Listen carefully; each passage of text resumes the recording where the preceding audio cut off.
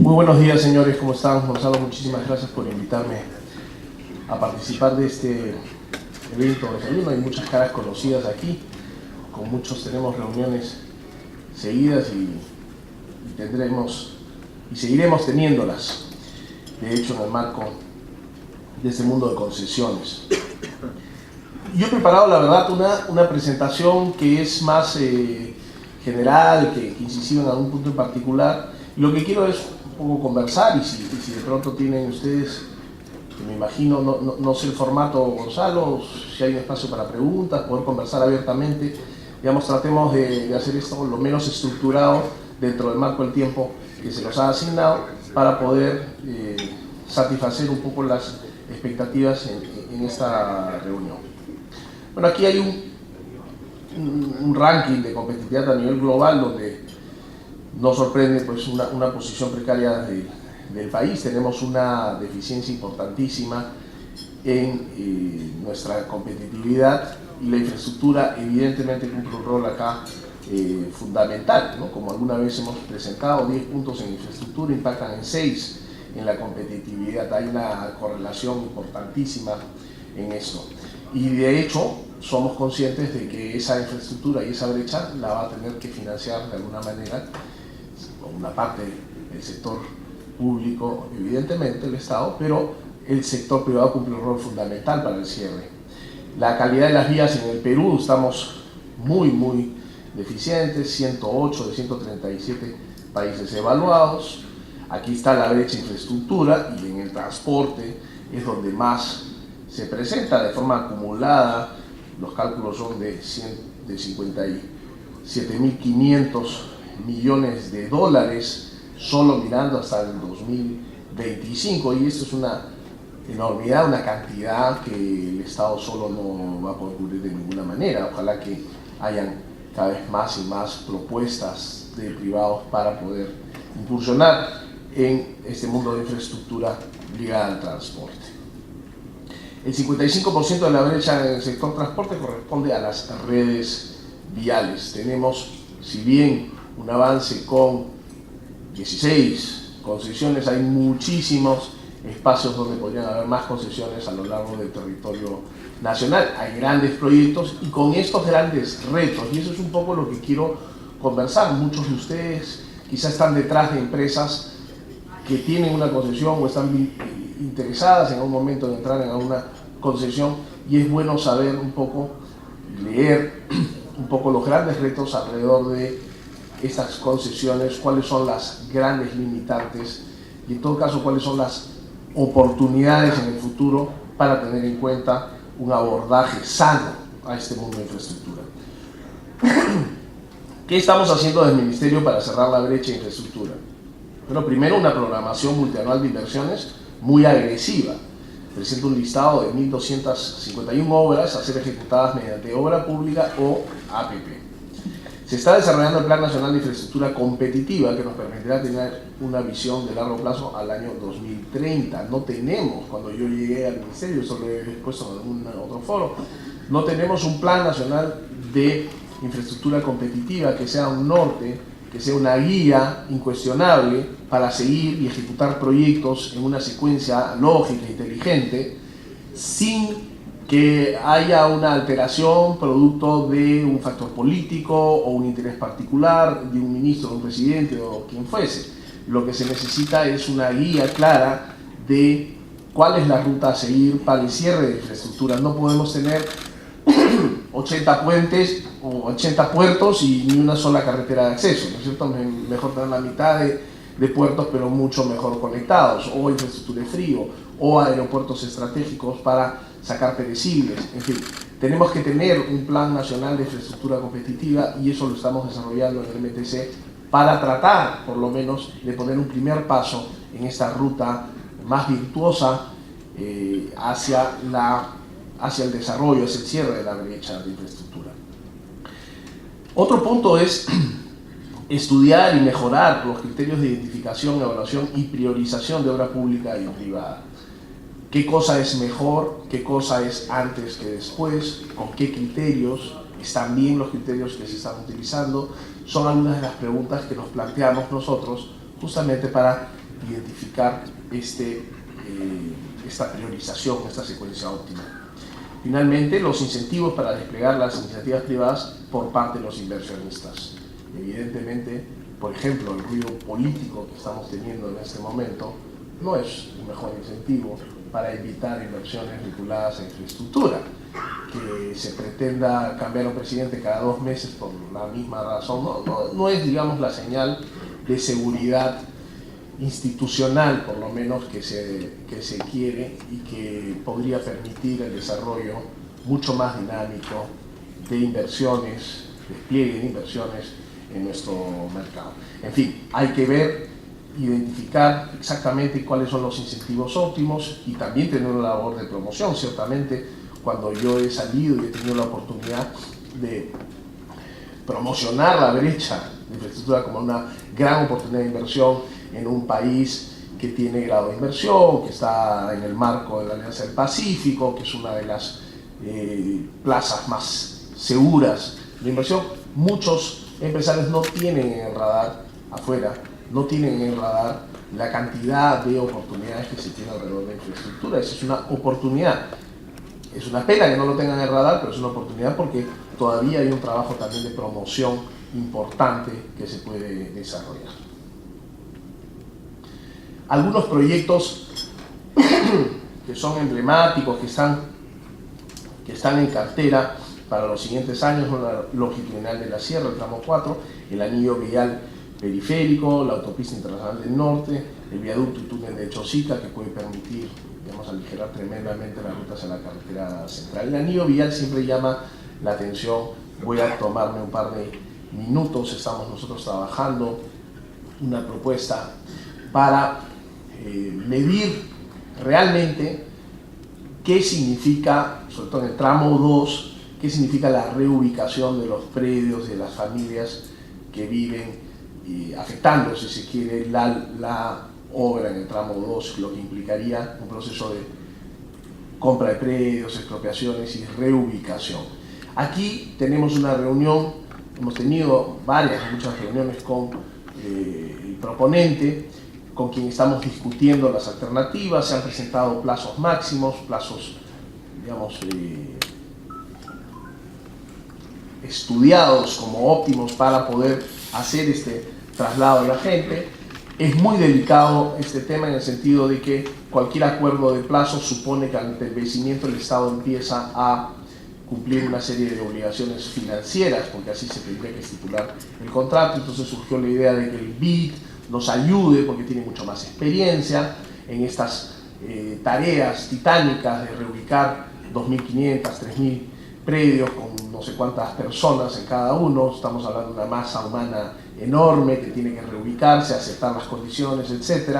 Y ese es el reto por el lado de los estudios del BID. Sin embargo, los estudios del BID también empiezan a significar mayor tiempo, porque sus exigencias, obviamente ellos son firmantes de cualquier informe, sus exigencias de tiempo para hacer esta evaluación y dar una recomendación también son muy grandes. Entonces yo he tomado la decisión la semana antepasada de considerar el plazo que el proponente está presentando como un plazo óptimo, seguir con el proceso que se tiene en proinversión para poder darle la buena digamos, para poder darle la luz verde a este proyecto, más que la buena pro.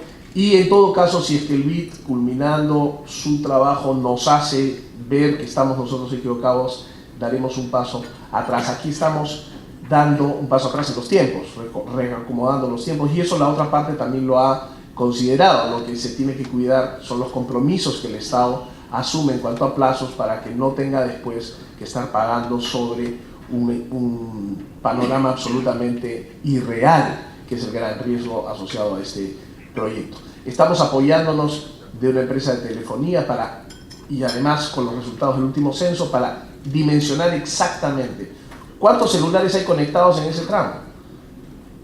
Si hay 3 veces más el número de predios, 3 veces más el número de celulares con respecto a los predios que se estiman, no estamos hablando de reubicar a 2.500 familias, sino estamos hablando de reubicar a 7.500 familias. Entonces hay que tomar consideraciones en eso. El plazo es suficiente para reubicar 7.500 familias, es lo mismo que reubicar 2.500, Lo mismo con los resultados del censo que recientemente se ha desarrollado. Ahí tenemos una foto muy rápida y con eso vamos a poder avanzar. Tenemos un plan de trabajo. El 15 de marzo deberíamos de tener los resultados tanto del censo como esta exploración de captura de señal, de frecuencia de celulares, para identificar exactamente el volumen de gente que se tiene y con esto tratar de aterrizar correctamente los órdenes de magnitud vinculados a este enorme proyecto de reubicación de gente. Bueno, algunos detalles quería cerrar porque siempre es una pregunta frecuente que hay con el anillo vial periférico, sobre todo si está nuestro amigo Jaime aquí sentado para sus propósitos periodísticos. Aquí tenemos las 16 concesiones viales, son 6 contratos autofinanciados y 10 cofinanciados, 6.700 kilómetros concesionados, alrededor del 25% de las vías nacionales. Estamos en pañales para efectos de concesiones. Inversión comprometida, casi 5.000 millones de dólares. A la fecha se ha ejecutado aproximadamente el 80%. ¿Cuáles son los beneficios generados por las concesiones viales? La concesión vial se denota como un nivel de servicio, ¿correcto? Y la idea es tener el servicio de calidad, una buena calidad, al menor costo posible. El financiamiento y el riesgo son asumidos por el sector privado.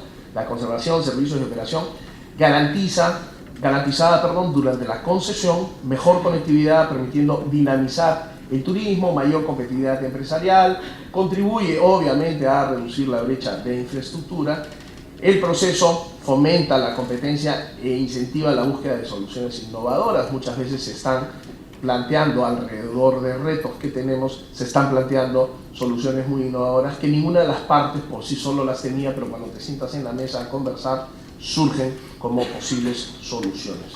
En el año 2000 a la fecha, las concesionarias han ejecutado 3.882 millones de dólares. Acá hay algunas muestras sobre el antes y después de algunas concesiones: Red Vial 6, el túnel Pérgola, Guarmey Ancash, Puente Billinghurst en Puerto Maldonado. En fin, algunas observaciones que evidentemente le dan un rostro nuevo, una cara mucho más feliz a la realidad vial, en este caso particular dentro del mundo de transportes, a la realidad nacional.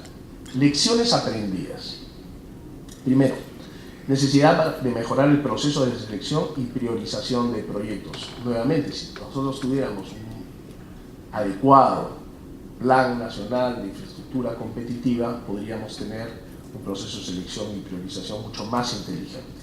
Estudios de preinversión y estudios de ingeniería con mayor profundidad y nivel de detalle. Muchas veces hemos visto que la ingeniería es subestimada en cuanto a su relevancia para un proyecto.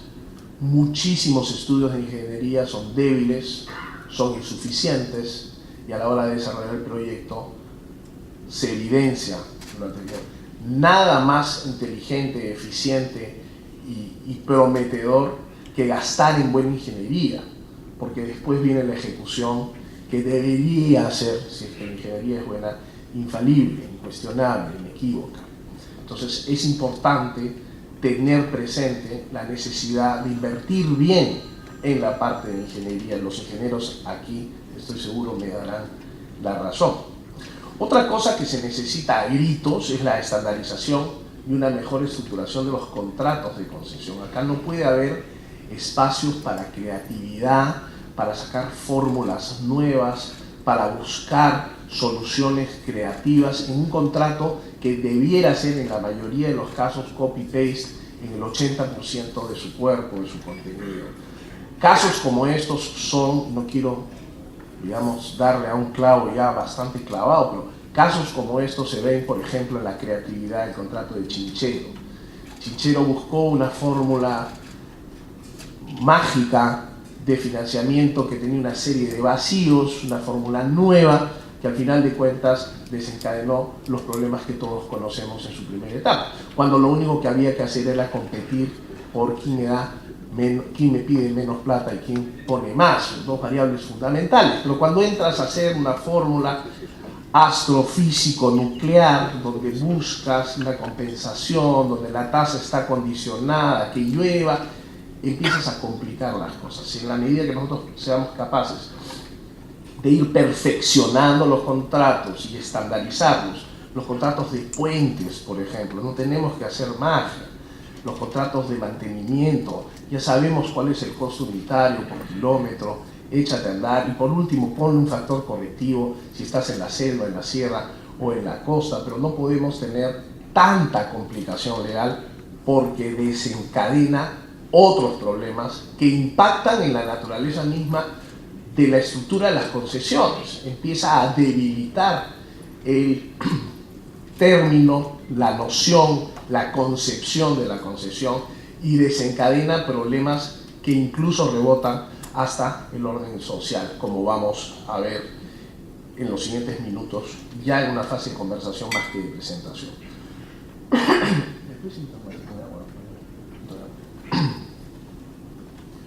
Disminuir los plazos de expropiaciones, obtención de permisos, liberación de interferencias, traslado de la gestión y ejecución al sector privado. Aquí tenemos algunos avances. En el MTC tenemos una ley que nos permite la expropiación, pero acabamos de presentar en el Congreso una que permite de forma generalizada el tema de las expropiaciones para acelerar las inversiones. Aquí nos acompaña nuestro amigo congresista. Lamentablemente la ley no ha sido aprobada. Entonces hoy día expropiar predios en el país es insufrible y puede demorar años de años. Y cualquier ministro de transporte que se siente aquí va a recibir un día sí, un día no la pregunta: ¿y cuándo la carretera? ¿Y cuándo llega hasta Ica? ¿Y cuándo se abre el tramo Ancón, Huacho, Pativilca? Etcétera, etcétera. ¿Cuándo la Julián Capuno? Expropiación, expropiación, expropiación. Si no tenemos el marco legal, con pistola nosotros no podemos comprar los predios. Tenemos que ayudar en la normativa que facilite la adquisición de predios para beneficio de la infraestructura vial. Mejorar la gestión social a fin de lograr una buena relación con los pobladores de las zonas de influencia. Muchas veces ese trabajo, lamentablemente, no se ha hecho, y eso es como los avances, digamos, previos que se dan en las inversiones mineras. Tenemos nosotros que contemplar esto como si fuese una inversión minera. Cuando vas a pasar una carretera en medio de un poblado, el poblado se sensibiliza. Antes no había, ahora hay. ¿Qué hacemos? No puedes meter el caballazo sin considerar que ahí vive gente que tiene expectativas, que tiene un modo de vida distinto al de ver camiones pasar todos los días. Hay que hacer el trabajo previo. No digo que esté condicionado a la aprobación, porque si no el país no avanzaría en nada, pero por lo menos tienes que hacer el trabajo de sensibilizar a la población. Y muchas veces eso no se ha hecho. La población quiere cruzar esa vía que le has puesto, pero de forma segura. Entonces quiere un puente. La concesión está contemplando que por ahí va a pasar gente, o vamos a tener que negociar una adenda, o vamos a esperar que la gente ponga ataúdes en la carretera para llamar la atención y poder tener un puente para que no se mueran cuando crucen. Son consideraciones que se tienen que tener en cuenta a la hora de diseñar una concesión. Quiero entrar al tema central aquí. Tú me dirás si tenemos tiempo, Gonzalo, sobre las problemáticas de los peajes en la actualidad. ¿Cuál es la situación actual de los peajes? Que es el tema de este foro, por lo que entiendo. Pero los peajes son necesarios para poder financiar parcial o totalmente las obras de infraestructura y conservación a fin de obtener servicios de calidad. Eso es incuestionable. O sea, aquí yo a priori quisiera pedirles, por favor, a aquellos que podrían estar pensando, mi posición particular: evidentemente que los peajes son absolutamente necesarios. O sea, acá no hay consideración u opinión contraria a esta verdad. Es absolutamente necesario financiar las carreteras con los peajes. Eso no está en discusión. El gran tema es momento, forma asociada a los peajes. ¿De qué manera entra esto en el mundo cotidiano de la gente? Y si es que tiene o no sentido proponer inclusiones de peaje en rutas donde la gente simplemente ya no los va a aceptar, porque no ve ningún cambio o siente que no hay ningún cambio y ahora tiene que pagar más. Variables que se tienen que tomar en cuenta también a la hora de la concesión. Evidentemente, el peaje permite que los usuarios se empoderen y exijan calidad de servicio. Si estoy pagando, dame lo que estoy esperando, porque si no, ¿por qué estoy pagando? Esa es la lógica del usuario, del camionero, del bus. Es necesario que la sociedad perciba el valor generado por el buen servicio derivado de la infraestructura, caso contrario hay riesgos potenciales y de conflictos. Un poco por esto es que han surgido, Manuel, los conflictos sociales que hemos visto lamentablemente en Puente Piedra, recientemente en Tica. Acciones a realizar: revisar los contratos de concesión respetando el equilibrio financiero a fin de mejorar la calidad del servicio y la transitabilidad. Sensibilizar a la sociedad sobre la importancia del pago para la prestación del servicio. La gente tiene que entender que si quiere algo bueno, le tiene que costar. Pero claro, una por otra, dame algo bueno para yo pagar. Puntualmente Ticlio, y aquí estamos con nuestro amigo de Viandes en primera fila.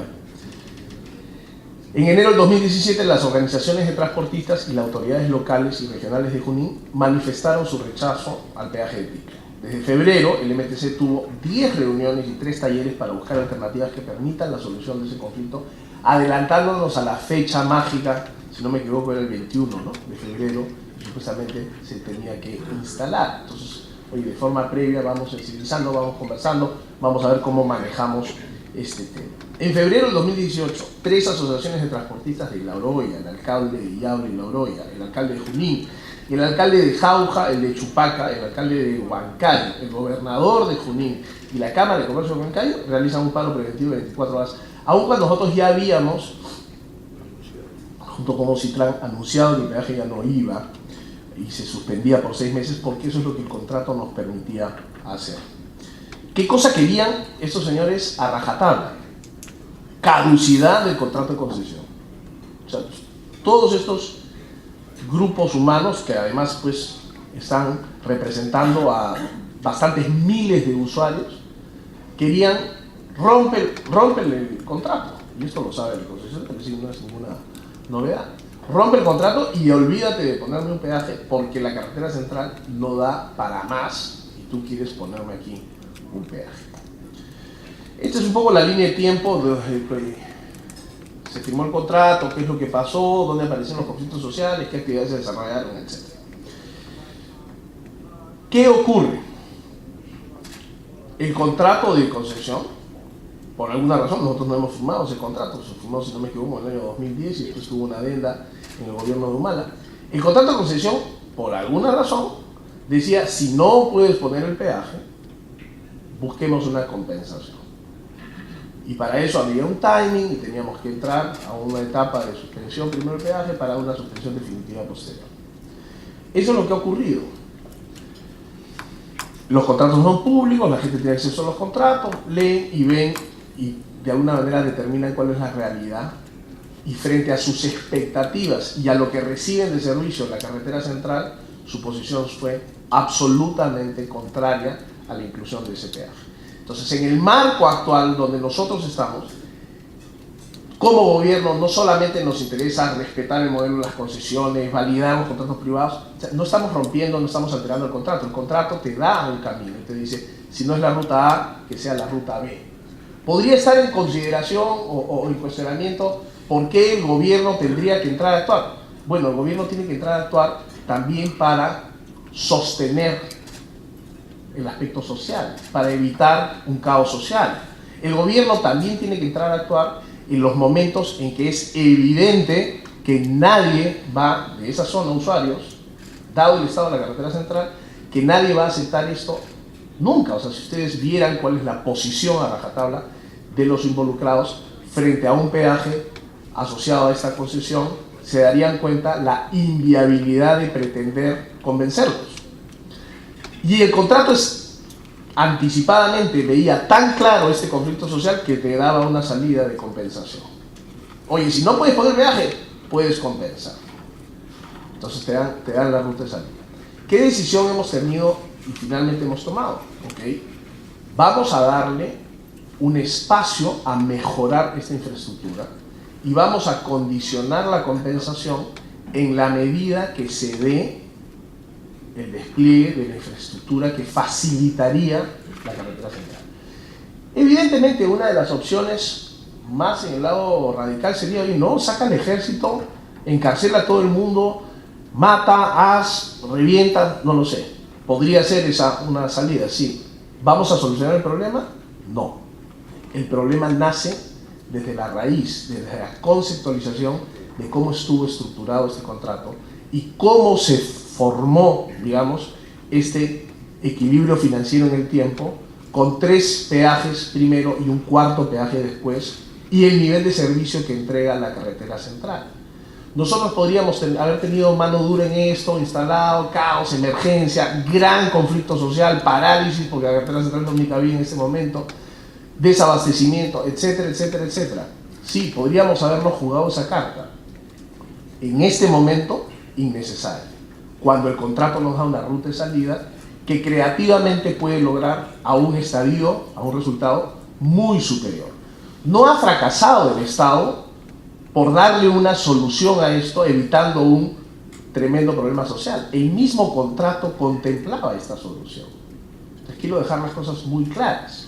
Uno tiene que tomar decisiones no solamente viendo un aspecto sobre la eventual conveniencia, algunos amigos congresistas defendiendo a rajatablas que se rompa también la concesión, congresistas de la zona evidentemente, que se rompa ese contrato, etcétera, etcétera. Entonces, cuando uno empuja o cuando uno jala pitas que no debe terminar jalando necesariamente porque no, a todas luces no se ve un buen resultado, las pitas se rompen.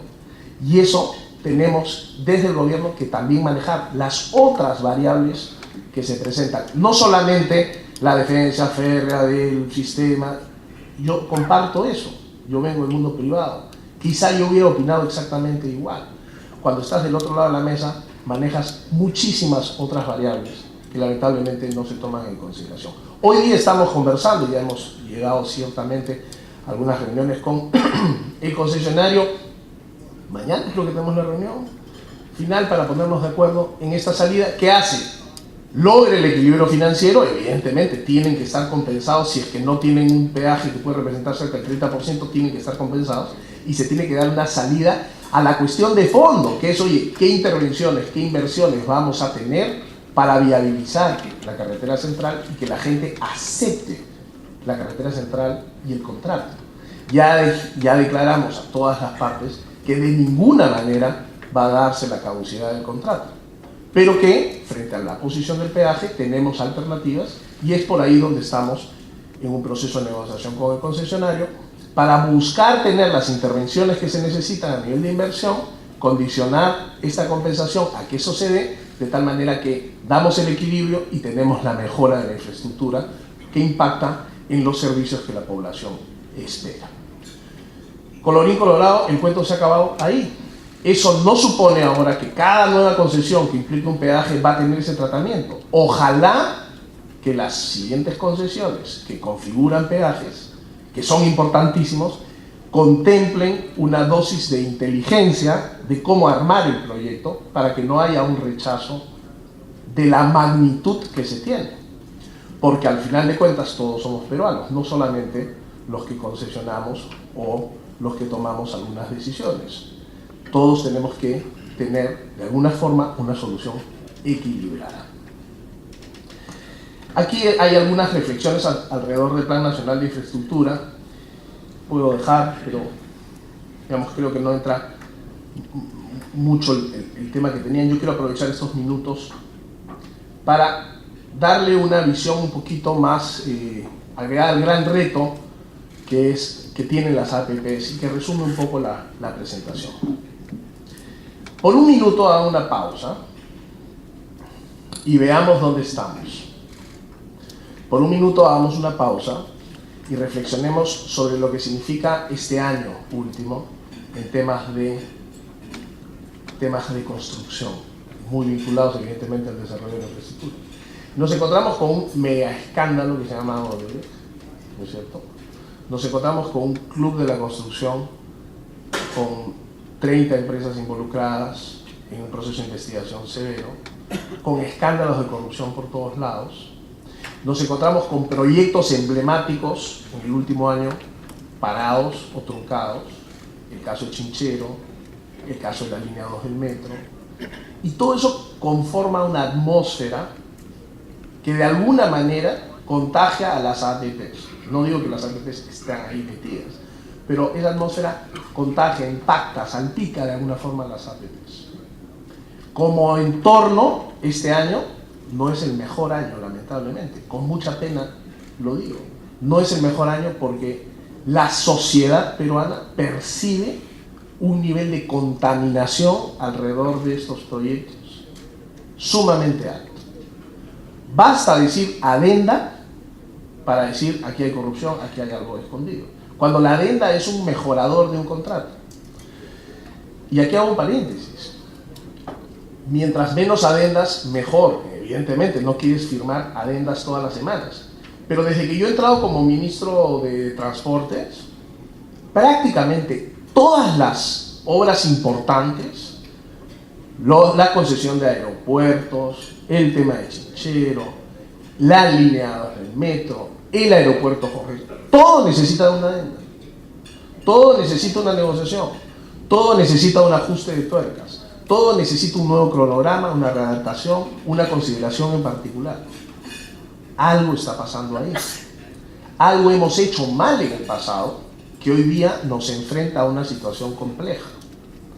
Contratos que se cierran con un nivel, con un piso base muy bajo y después necesitan una adenda, plazos no sincerados que después necesitan una adenda porque el proyecto no camina, indefiniciones técnicas que después necesitan una adenda porque el proyecto no camina, etcétera, etcétera. Por izquierda o por derecha, todos los contratos necesitan ajustes.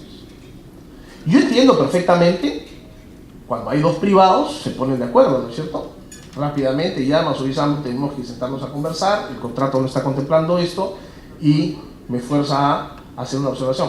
Cuando entra el privado con el Estado a hacer ese ajuste tan natural, se incendia Roma. Tenemos que tener en cuenta qué supone una adenda del contrato y cuál es el impacto para la salud, para la sostenibilidad de ese contrato de ir adendándolo permanentemente. Nosotros en este momento estamos negociando la adenda del Metro 2. No va a recargar ni un solo sol al Estado. Va a viabilizar lo que hemos logrado en términos de destrave, va a sincerar los plazos del cronograma, porque era absolutamente irreal. Para que tengan una idea, el contrato se firma y a los 6-7 meses se necesita la adenda 1 y ya la adenda 1 plasmaba un contrato, el gobierno anterior, que ya estaba retrasado. O sea, ya el cronograma de la adenda 1 ya nació con un retraso. Imagínense la capacidad para cumplir los plazos y con ello la rigurosidad de los tiempos del contrato. Con esto, la reflexión que hago es, tenemos que trabajar Estado y privado de una manera muchísimo más diligente con respecto a los contratos, con respecto a los compromisos que se asumen, tanto de inversiones como de plazos, como niveles de servicio, como de entregas, si queremos que esto sea sostenible en el tiempo, como debe ser.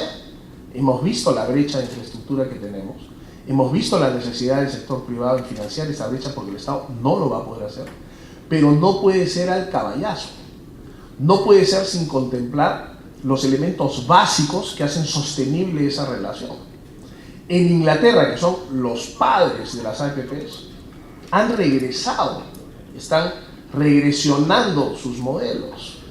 El Crossrail, que es la obra de metro más grande que se tiene en este momento, está haciendo una obra pública, no está haciendo una APP, desde los padres de la APP en Inglaterra.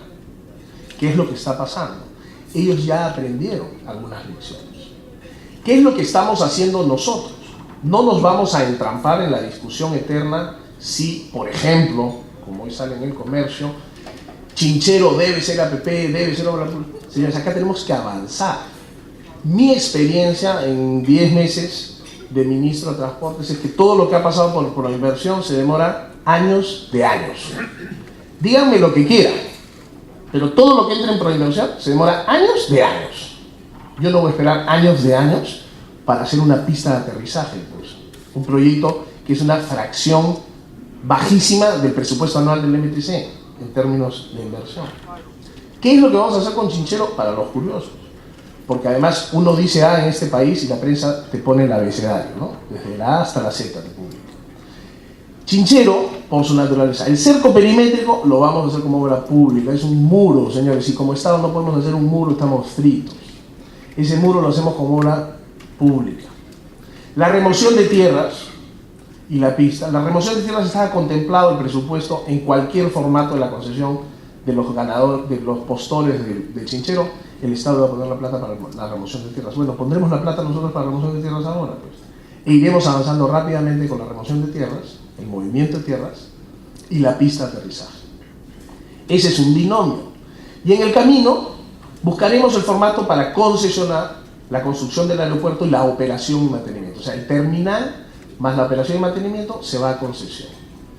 Ya salieron todos los opinólogos que en su momento no hicieron nada a decir que cómo puede ser, que por aquí, que por allá, que el valor, el dinero, el análisis. Un momentito, ¿qué análisis? Análisis de un proyecto truncado por años que no se mueve.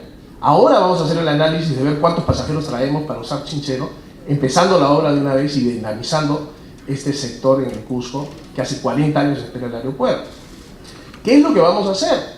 Vamos a pedirle a la larga lista de interesados que nos haga llegar de una manera no vinculante cuáles son sus expectativas frente a una posible inversión en el terminal y en la operación y mantenimiento. ¿Qué es lo que creo que va a pasar? Y acá, por favor, es simplemente una observación. Creo que si nosotros hacemos rápidamente de la mano de OASI, que es el número 1 como institución a nivel de aeronáutica civil, de la mano de OASI, dándonos la asistencia técnica, hacemos la pista, hacemos el movimiento de tierras, hacemos la pista, yo estoy prácticamente seguro que el terminal termina siendo una obra autofinanciada. Hay una enorme cantidad de empresas que quieren entrar a Chinchero, que están dispuestos a poner su plata en Chinchero. Bueno, si eso es así, no solamente que sea una obra autofinanciada, sino ¿cuánto me das para recuperar parte de la inversión en la pista? Para operar el aeropuerto 30 años. Y de esa manera maximizamos el valor del dinero, minimizamos el tiempo que nos supone esta obra, le damos vida a este proyecto tan cuestionado, tan problemático, y salimos rápidamente de esa papa que supone quedarnos entrampados mordiéndonos la cola o estacionado el proyecto a ver cómo se configura el contrato más creativo del mundo. Soluciones rápidas a problemas inmediatos. Y esa es un poco la lógica de lo que estamos haciendo en el Ministerio. Solamente que el monstruo, el iceberg, el cerro que tenemos enfrente es enorme y a veces moverlo toma tiempo. ¿Comprometidos absolutamente con la inversión privada? Sí. ¿Comprometidos absolutamente con el modelo? Sí. Pero que funcione, con buenas bases, con buenas ingenierías, con buenos plazos, con buenos contratos, con buenas consideraciones para asegurar la sostenibilidad. No puede ser que vivamos en un país que cada contrato despierte un monstruo de sospechas, conflictos, problemas, situaciones antagónicas entre algunos de los involucrados. Tenemos que lograr y construir juntos la madurez suficiente que haga sostenible un simple contrato de concesión. Y eso no pasa por una política de caballazo, ni pasa por una política relajada de decir hoy te abro todos los términos y mañana lo corregimos. Pasa por simplificar el proceso, ser lo más transparente posible y apostar por el Perú, las dos partes. Muchas gracias.